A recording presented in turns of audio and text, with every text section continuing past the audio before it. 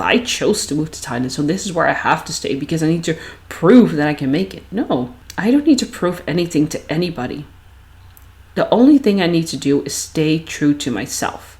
Staying in Thailand at that moment didn't feel true to myself anymore because I felt lonely, I felt isolated, I saw the kids change.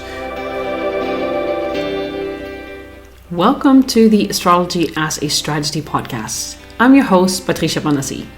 I'm on a mission to help you amplify your influence so you can free up time to spend with your family while increasing your revenue. I'm an astrologer, business mentor, an adventure seeker, and a proud mama of 3 kids. Think of this podcast as your shortcut to more joy and ease in your business. Running a business is joyful, and when you're not having fun, you haven't cracked the code yet, but that's about to change. I share practical and short tools how to use astrology in your business and life. So let's get started on using your energy strategically to make a bigger impact, have more free time, and grow your wealth.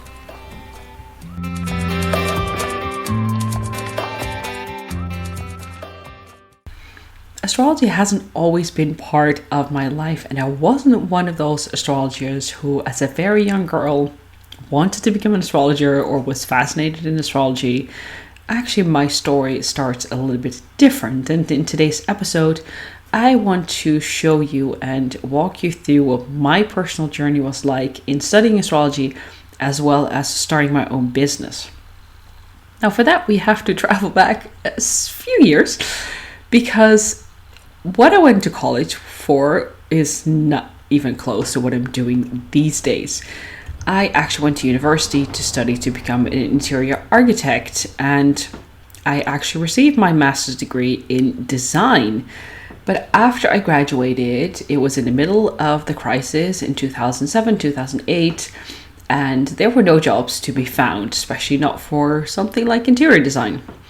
So instead of moping around and being disappointed that there weren't any jobs around, I decided to pack my backpack and travel around Southeast Asia for, well, I didn't really have a plan, just for a few months.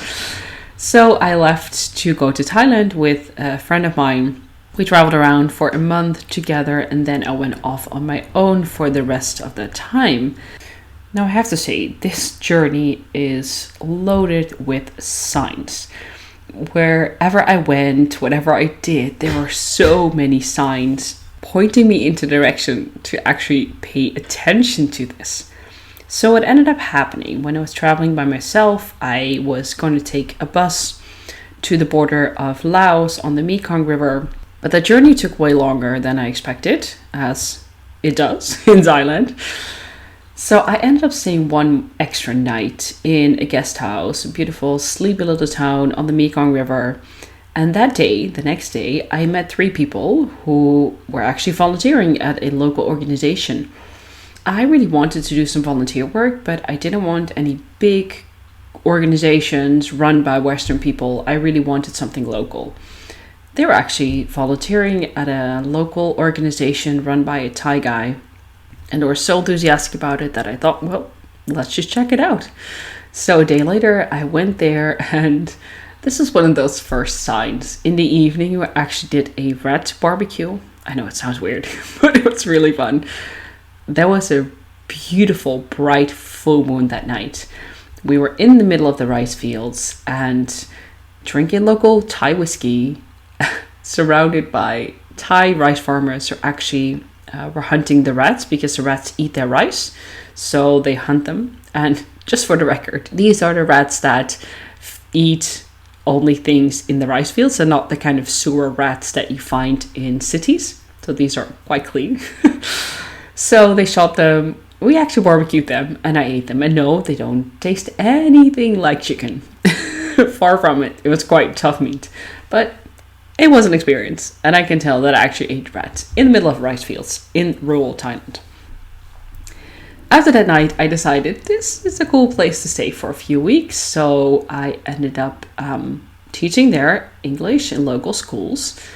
But I loved it so much that I didn't just stay a few weeks. I actually ended up staying there for 4 months. But the teaching wasn't the reason why I stayed, because I ended up falling in love with the person who runs the project, who is now my husband. And it was just magical there. For the first time in maybe even in all of my life, I was really able to let go. I was able to be in the moment in such a profound way that I've never experienced before. There was nothing that I had to do. There was nothing that I needed to prove. I didn't need to be anybody else. And that's also why I think our relationship started off being so profound, because, well, first of all, we spent 24/7 together because I stayed at his parents' house, or his parents' house. So there was no hiding. From the first time you step out of your bedroom in the morning until you go to bed, it was just that. So from the very first moment, it was very honest, very real, very open, and something that I've never experienced before, because I could really be myself. And mostly when you start dating, you actually try to be the best version of yourself. And even though I tried that, of course, to be the best version of myself, also the real you comes out, because you cannot keep up a sort of best version of yourself all day long, every day for several months. So it was so profound to just lay in that hammock overlooking the rice fields, just drinking a cup of coffee and just listen to the sound of nothing. The sound of nothing was so profound to me. And I really discovered new layers within myself where I was really able to sink into a deeper layer of trust, a deeper layer of connection with myself. But there came an end to those 4 months, and I decided to travel a bit further in Southeast Asia. At the end, we met up again, and this is the second sign that I had. I was supposed to fly back. We were supposed to have 2 days together in Bangkok before I was flying back to Holland. And what will you know? There was a very rare eruption of a volcano in Iceland. And the ash clouds were covering Europe, so I couldn't fly back home. It took a week. So we had an extra bonus week together.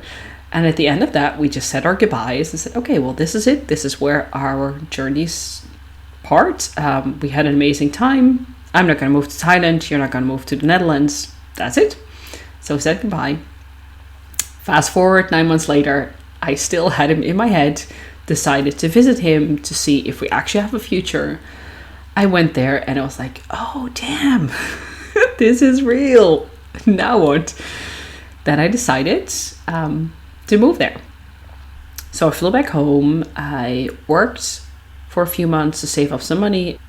And then in 2012, I decided to move to Thailand. But I was always very realistic. Like, if this not working out, if the relationship doesn't work out, or I just don't like to live in Thailand, then I will just move back home. That's okay. Like, I didn't put any high expectations on myself because I learned not to do that anymore and to really be in the moment. And I actually ended up loving it. I lived there for almost 7 years, and I absolutely loved the slower pace of life, the ability to turn inwards and to really focus on my own development. In that first year, I went to an amazing yoga retreat where I met one of my best friends, who at that time was living in Bangkok, but she's from Germany, and we had such an amazing connection there. The other really profound thing that happened is one of the yoga teachers also happened to be an astrologer, and she gave me my very first natal chart reading, and I was absolutely astonished by the fact that I gave her my date of birth, time of birth, place of birth, and she could tell everything about me. I was stunned. Like, how does this woman who I met 2 days ago know this much about me? How can she know my thought process? How does she know what goes on in my head? How I feel, how I process things? It was just mind-blowing. So I decided after that first reading that I wanted to learn so much more about astrology. A few months later, I got pregnant with our first daughter, And that really set me off on this journey to just discover who I am, what I value in life, what I think is important. But astrology kept popping back into my life. Then I started studying astrology a little bit, like reading blogs, listening to different astrologers, but never really dove into the subject head on. Then when I had my second, I actually had a quite deep postpartum depression after he was born. I felt super lonely, isolated in the Thai countryside, and I had a lot of issues connecting with myself. But then astrology came on my path again, and I was so fascinated by it that I decided to enroll in a certification process to actually become an astrologer. And it really helped me guide myself back to myself. Even though after my daughter was born, I really felt so much in touch with myself because of everything that was going on, which later I actually learned was my Saturn return, really turned everything upside down. And I really had to almost like reconnect, relearn who I really was, and allow myself to become a new version of me. And astrology really helped me with that. So that was actually the birth of my business. But my very first entrepreneurial experience actually started a little bit before that, when I had my own Etsy shop making crochet items for babies.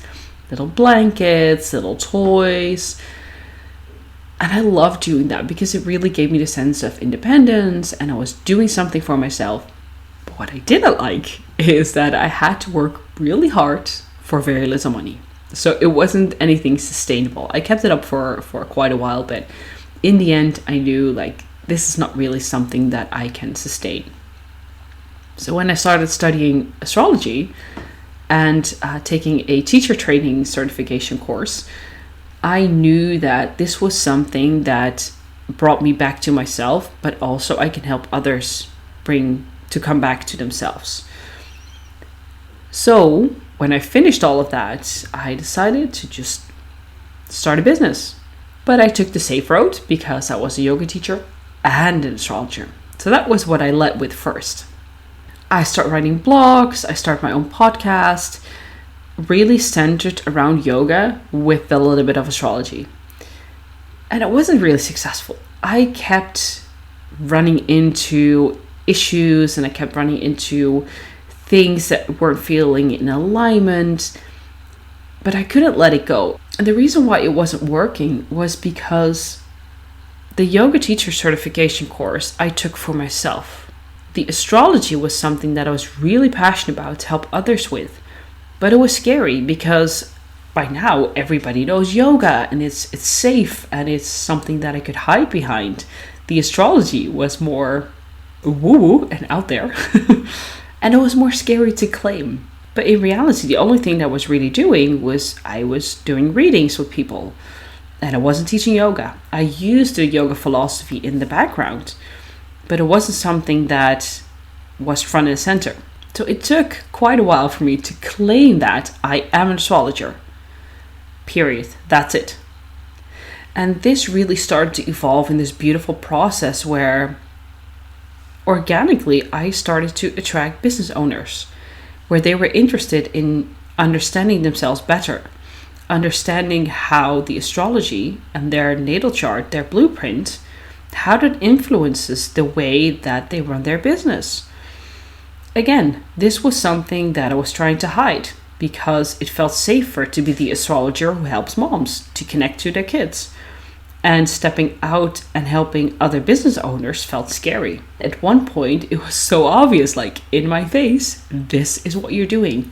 Claim it, own it. And every single time where you really go for something, you claim it, you own it, you really embody it, everything else falls into place.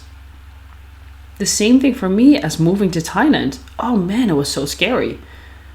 But deep in my heart, it felt really peaceful as well because I knew it was the right decision. And it ended up being the right decision. Then came another really clear sign. We had to move to Holland, which made no sense at all. We had just redone our house. We had extended it. We added another bathroom, finished our kitchen. but we both really have this strong urge to move to the Netherlands. And it made no sense. But we researched it and very quickly found out that it was relatively easy for my husband to get a visa. So literally 5 weeks after making the decision, I was on the plane back to the Netherlands. And it was the best decision we could have made. We wanted our kids to start school right when we arrived, so we didn't have much longer. And we had the conversation that should we wait longer to wrap everything up peacefully? But what would really be the reason to stay longer? And we couldn't come up with a reason to stay longer.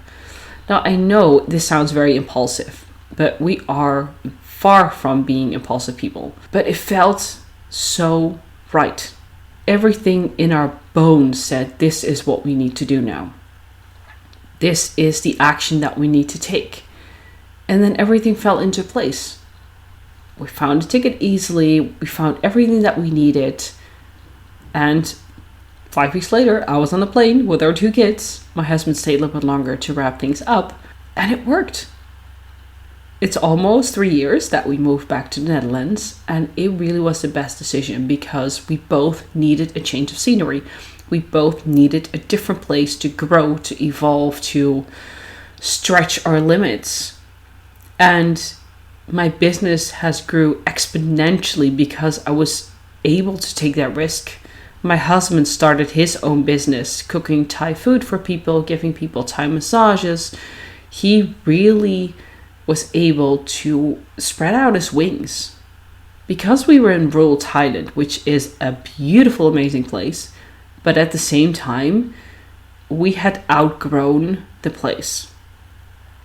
Not that we felt better or that it wasn't good enough anymore, but we felt like there was more for us out there. I also followed the astrology to see where does this lead us?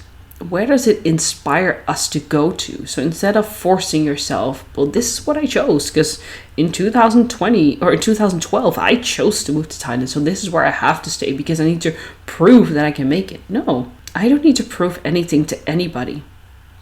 The only thing I need to do is stay true to myself. Staying in Thailand at that moment didn't feel true to myself anymore. Because I felt lonely, I felt isolated. I saw the kids change because our oldest went to school. She started not feeling well at school because she was limited in her freedom of speech, and that didn't feel right for us anymore. And this is a theme that I work with a lot of the last few years, where if something comes up, there's a reason it comes up. And I learned to try it on. And then make decisions based in alignment of where I want to go. So for me, it wasn't so much that I had to move, but I was interested in exploring new options. Now, interestingly enough, when I was younger, I never thought I would move back to the village I grew up in. But I've been there for 3 years, and I'm actually quite happy here because I really needed to root down, create a stable foundation for myself, for my business, for my family, in order for us to take the next level. And where that next level will be, we're dreaming of south of Europe, near the ocean, but who knows? I'm not putting myself down, and right now, we don't feel like moving. Right now, we don't feel like the time is there to actually take that step and move somewhere else. But I'm open to listening to my intuition. I'm open to listening where I can go, what I can do. And that is really the most important lesson that I learned over the years. I don't have to see the future very clearly. I do have a goal. I do have a place that I want to reach with my business, with my family, but I don't pin myself down to it. I'm open to listening. Partly, I consult my astrology. I see what is going on, what comes up for me. And I listen to my intuition. I listen to what feels expansive, what feels contractive. Now, we all run into things that we don't like. And sometimes we just have to do certain things to get through it. But at the same time, I want to encourage you, and I hope my story inspires you to take that leap, to go somewhere where other people haven't gone, I mean, I'm pretty sure that a lot of people judged me or thought I was crazy for moving to Thailand to live with somebody who, in their eyes, have just met. Now, for the record, I knew him for 3 years before I moved. But it feels very sudden because how can you make that decision? But nothing is set in stone. Yes, I moved to Thailand. Yes, I took that step. But at the same time, in the back of my head, I was like, if it doesn't work out, I just move back. I have nothing to lose. Now we have kids, so it's slightly different. We have 3 kids now because our last daughter is born here in the Netherlands. But I still challenge myself to keep that flexible mindset. If it doesn't work out, we just change directions. What is the worst thing that can happen? What was the worst thing that could happen for us moving here to Holland? Nothing. We still have our house back in Thailand. Worst case, we would have just moved back to Thailand.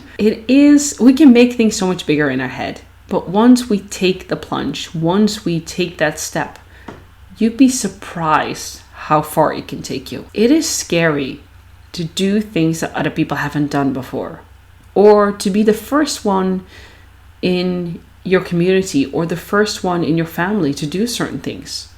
But if you feel guided, if you feel like that's where you want to go, why not go? And you don't need to take that step right away. Moving across the world in 5 weeks is something that I wouldn't necessarily recommend. It worked out for us, but it also came with quite a set of challenges. But when I moved to Thailand the first time, I took almost a year to plan, to prepare, to work, to save up money. It's not something that I quickly did, but I knew deep down that this was something that I was meant to do. And I took a step every single day to work towards that goal. And that is really something that I hope, if there's one thing that you learn from my story, is that you can take that step. One step at a time. You don't have to do a 180. What if you can change 1 degree today? And a 1 degree tomorrow? And 1 degree the day after? You will see that each time when you change your direction a little bit, you get closer to what inspires you, to what you are led towards. And the destination doesn't even have to be clear, as long as you enjoy the journey, as long as you enjoy the road that you're on. That is really the most important lesson that I learned. To enjoy the road and listen to your intuition. Listen to the inkling deep inside of you telling you this is where you're meant to be. And you are where you're meant to be anyway, but the more that we can embrace it and the more that we can feel into it, the better it will get. I hope this gave you the inspiration, the permission to be even more yourself, to be more at ease, to be more peaceful at where you're at while you are taking the steps to go towards where you are going.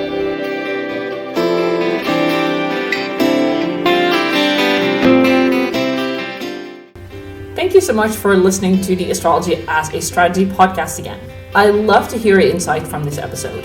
Screenshot and tag me on Instagram in your stories or on your feed. You will inspire others to have more joy and ease in their business, and I love to see who's listening. One last thing. I love creating free content for you. Would you like to do something in return? Go to iTunes, subscribe, and leave a review. This helps the podcast to be found more easily so this message can reach more people. Thank you so much for listening, and I will catch you next time.